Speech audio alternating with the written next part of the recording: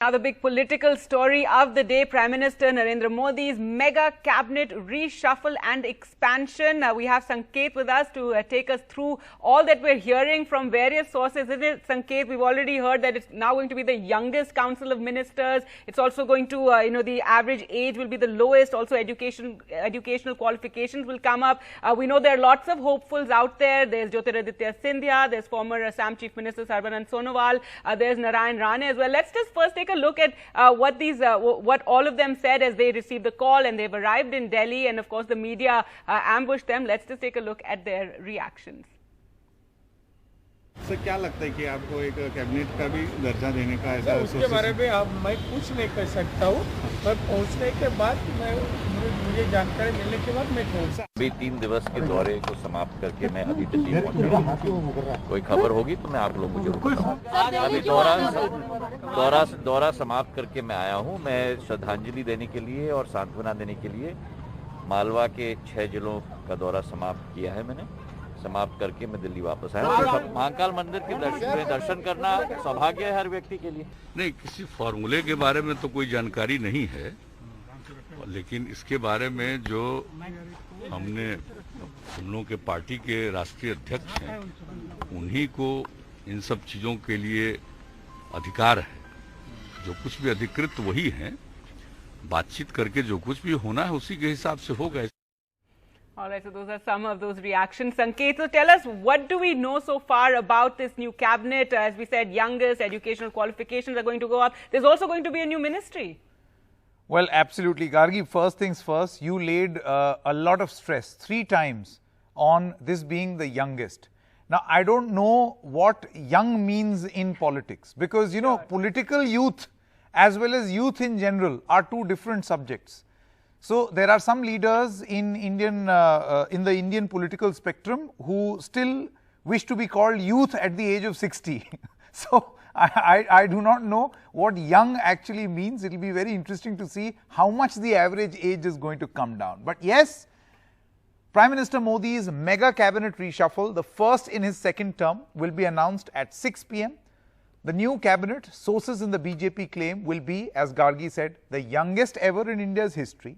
The average age will be lowest ever after the revamp, and there will be more women ministers, and there could also be a special representation which will be given to those who have administrative experience. Now, this could mean that many people will shift from their roles as technocrats or bureaucrats into becoming ministers, or those who recently came into the party, them being admitted to the cabinet. Both can happen. We do not know the names yet. The average education will also be what we are being told, either PhDs, MBAs, postgraduates as well as professionals. Now, most importantly, the changes are likely to factor in polls in 5 states next year and the 2024 national election. This is being seen as a major revamp that is going to be carried out as far as Modi's team is concerned. He can add as many as 28 ministers. That's the total vacancy as of this moment. There are some obvious names, some of them spotted in temples, other buying kurtas. We'll put those names on the screen right now. Ajoy Bose is now with us. Ajoy Bose, I want to come to you now. Good morning. You know, this point that Gargi and I were discussing about average age in politics, the youth. What defines youth in politics, Ajoy? Well, you know, the thing is that, in India, politicians have a very long life. They continue for decades and decades and decades. So therefore, as ministers, young people have to wait their turn. But then when we look at the US and look at Biden becoming the, president of, the US, and then before that Trump, these were significantly old people,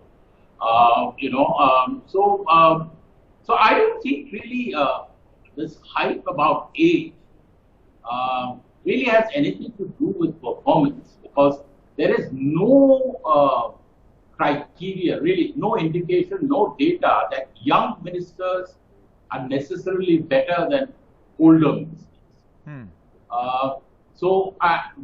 There's a hype that, oh, we have a young cabinet, or that we have so many women in the cabinet.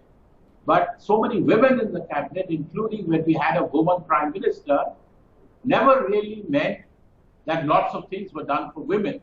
So I don't think that we really look at these, so-called, stereotypes of young or women or anything, but look at really performance of ministers, performance of governments. And right now we are facing a very serious situation because the numbers of COVID, the pandemic have come down, but there is fear that it could rise any day again, and then we could be caught by surprise like we got caught like in the second wave. So there is no way we can rejoice.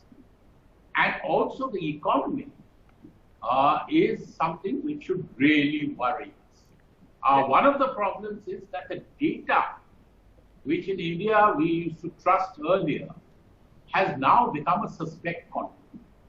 So, even as an analyst or any expert, they usually go on data, and that data itself has become very suspect. So we're not very clear about the kind of mess we are in. The government, in its almost half a term left, has a really tough task, and as a political party, the ruling BJP has its immediate challenge in the most populous state by far, Uttar Pradesh, which goes to elections. So I would say that these are the big issues which faces the country and faces the ruling party, faces the Prime Minister. Correct. So whether you get young or old or men or women or graduates or postgraduates, it's ultimately what you do that is going to matter. Right. Yeah. Absolutely. We also have Vinod Sharma joining us on the program, and Vinod Sharma, it does seem so far from indications and from sources, some of the overriding factors that is driving this expansion of the cabinet is upcoming elections, Uttar Pradesh, as Ajoy Bose spoke about just now, and also about keeping allies happy. Well, two things. First of all, you were discussing younger people. Younger people are for creating a second line of leadership. That's the most significant aspect of this. When you bring in young people, you are actually grooming them for taking over the leadership in future. So every government, every political party has to be careful about that. If they inject fresh blood, it creates a future for the party and also for them. Insofar as this administrative reshuffle, I will call it administrative more than political, for the simple reason that it is happening in the backdrop of a pandemic. It is happening in the backdrop of an economic crisis. It is happening in the backdrop of loss of jobs. And it is happening in the backdrop of this major vaccination mess that we saw in this country. This is the administrative aspect. And the Prime Minister should make sure, in my view, although it's his prerogative, that there should be domain experts in the area of health, in the area of economy, and in the area of foreign policy. We have a domain expert in foreign policy, but even on the foreign policy front, I think that the performance has been at best mediocre. We haven't made great strides insofar as international image of India is concerned. And that has got a lot to do with what we are seeing on the domestic front. The latest example being Stan Swamy. So, these kind of happenings create an image for this country abroad. It can make or unmake India's image abroad. No, but then Mr. Sharma, don't you think we have, you mentioned health, you've got a domain expert in the health ministry also, and yet we faced a massive crisis. You see, domain expert is there, but we had far too many people spoiling the broth, I suppose. There were domain experts sitting in the planning commission. There was a domain expert sitting in the health ministry, and there were decisions being taken at the level of the Prime Minister's office. So there were far too many cooks spoiling the broth, and there were promises made which turned out to be false. There were assurances given which did not materialize, insofar as containing this pandemic was concerned. So I think the people have to be reassured. I will give you an example. Many people, it's a debatable example.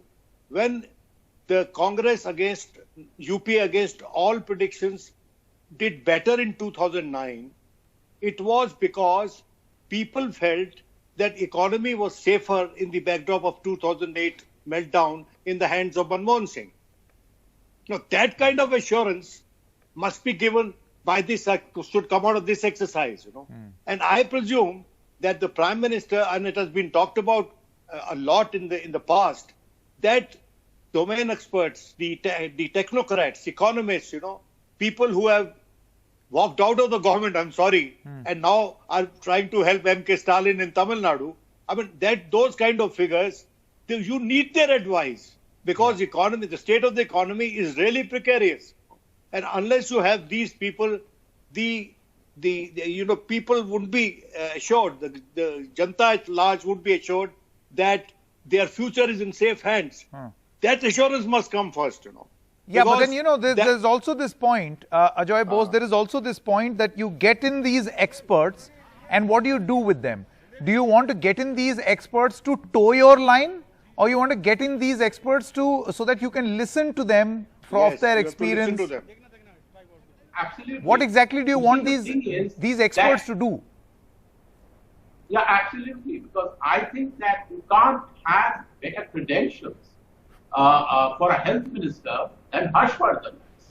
I mean, he has, it's quite amazing that he was somebody who's known for his work on polio, long ago. He is a doctor, and I know him a bit because of part of the work which I do, the other hat which I wear is public health consultancy and public health communications. And I do know that he has a good reputation across the world. However, the point is not one person. The point is a process. The point is a system, what you said. So, even if you get lots of good people to give you advice, it's a question of how the advice is taken and implemented and executed at a grassroots level. Now, we know something like public health. We have ignored not just this government, but several governments, all governments before. So you have a lot of shortfall, and it was exposed brutally during the second wave, how fragile our health infrastructure is. When basic things like oxygen and things, we completely sort of ran out. So I think I think we need to convince the public. And I think that when the elections come around, people will remember, because a lot of people have lost dear ones. A lot of people will remember that. Similarly, the economy. The economy is something which is really problematic. Vinod mentioned foreign policy. We are looking at huge changes in the region. The Americans and the West has moved out of Afghanistan. You have the Taliban about to take over in Afghanistan. We have no clue what that means. China is showing a new aggressive type of policy which we haven't seen before. We have lost credibility with Bangladesh, with Sri Lanka. So there's a lot of work to be done. We are not in a good place. We need to do a lot of work. And this doesn't require one person or two persons or a good expert. But Gargi, before we end this segment, I think while a bulk of what is being addressed by these two youthful gentlemen, since the cabinet is going to be young, is that there should be domain experts, particularly on issues like foreign policy, on issues like healthcare. But many say that the culture of the government is such, it's so top heavy in a sense. But what we are hearing is that there is not going to be a big or a massive upset, particularly in the top four. So that is not changing.